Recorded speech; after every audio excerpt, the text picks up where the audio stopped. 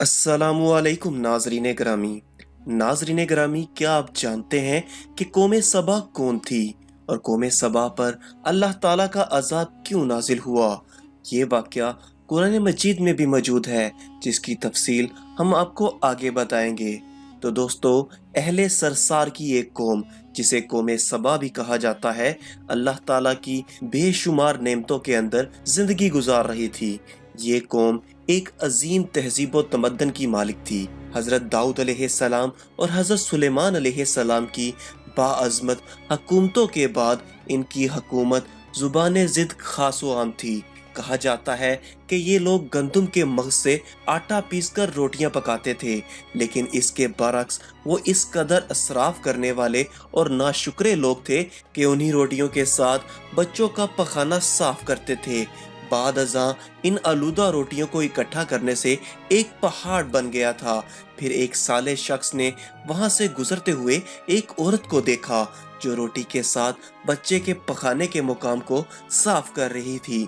इस शख्स ने औरत से कहा, तेरे ऊपर अफसोस, खुदा से डर, कहीं ऐसा ना हो कि खुदा तेरे ऊपर अपना गजब ढाए और तुझसे अपनी नेमतें छीन ले। इस औरत ने जवाब में मजाक उड़ाया और मगरूराना अंदाज में कहा, जाओ जाओ, गोया कि मुझे भूख से डरा रहे हो। जब तक सरसार जारी है मुझे भूख से किसी किस्म का कोई खौफ नहीं। अभी इस वाक़ये को कोई ज्यादा अरसा नहीं गुजरा था कि अल्लाह ताला ने इन लोगों पर अपना गजब ढाया। पानी जो कि जिंदगी की बुनियाद है, इन लोगों से छीन लिया, यहाँ तक कि कहत नाजिल हुआ। फिर बात यहाँ तक पहुँच गई कि इनके जखीरा की हुई तमाम गजाएं खत्म हो गईं।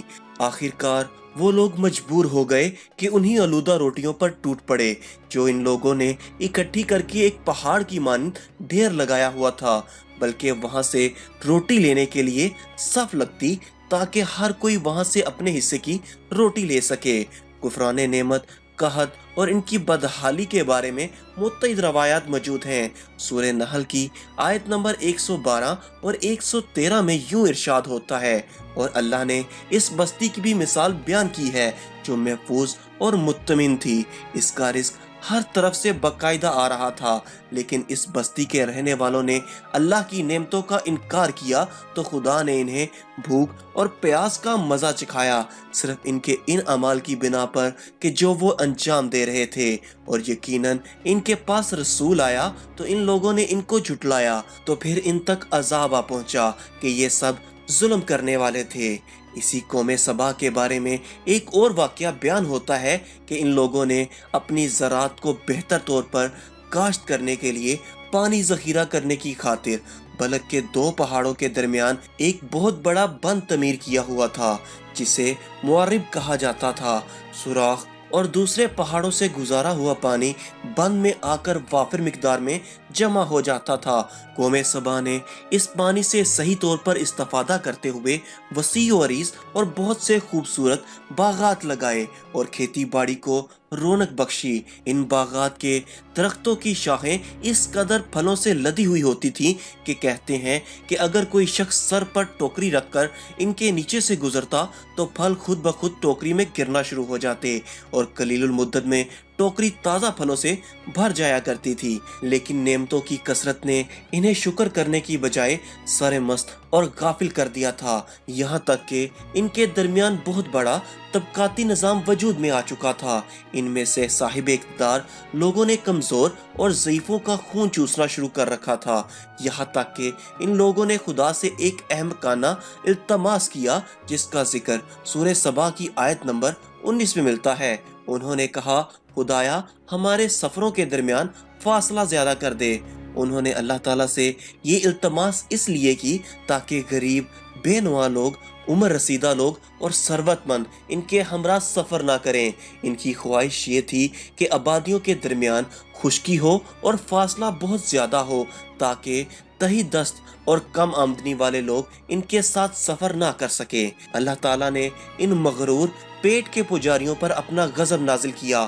بعض روایات کے مطابق ان مغرور لوگوں کی آنکھوں سے دور صحرائی چوہوں نے معرب نامی بند کی دیواروں پر حملہ کر کے انہیں اندر سے کھوکھلا کر دیا۔ ادھر سے بارش زیادہ ہوئی جن کی وجہ سے سیلاب آ گیا اور اس بند میں پانی بہت زیادہ اکٹھا ہو گیا۔ اچانک بند کی دیواریں ٹوٹی، اس سے ایک بہت بڑا سیلاب آیا جس میں تمام دیہات، آبادیاں، مال مویشی، باغات، کھیتیاں، ان کے محل اور گھر پانی میں غرق ہو کر نابود ہو گئے۔ ان کے باغات اور زراعت میں صرف بیری کے درخت اور کچھ جھاڑیاں بچی تھیں۔ خوشلحان پرندے وہاں سے کوچ کر گئے تھے، جبکہ الوؤں اور کووں نے قوم سبا کے کھنڈرات میں اپنے گھونسلے بنا رکھے تھے۔ اس بات کا ذکر سورہ سبا کی آیت نمبر 15 اور 16 میں ملتا ہے، اور آخر میں سورہ سبا کی آیت نمبر 17 میں قرآن کریم میں اس واقعے کا یوں نتیجہ نکالا جاتا ہے: یہ ہم نے ان کی ناشکری کی سزا دی ہے اور ہم ناشکروں کے علاوہ کسی کو سزا نہیں دیتے ہیں۔ تو دوستو، امید کرتے ہیں کہ آج کے اس واقعے کا مقصد آپ سب احباب کو سمجھ میں آیا ہوگا۔ ملتے ہیں اگلی ویڈیو میں، تب تک کے لیے اللہ حافظ۔